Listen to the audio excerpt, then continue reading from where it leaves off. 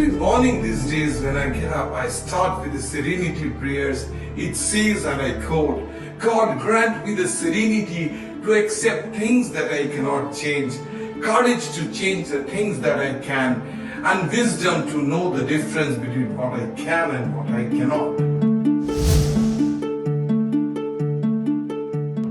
Hello, this is Prof.Dr.Sujoy Biswas, and in this period of Corona tsunami, I thought that what I can contribute most to the society. Yes, a couple of ventilators, a couple of oxygen cylinders, and a little bit of help to all the social bodies that is helping the crowd. But I then kept on asking myself what I can do from the core of my heart, and I found that I can contribute by giving inspirations to all the people of the younger generations, whosoever is sitting at home and getting depressed and their morals are going low.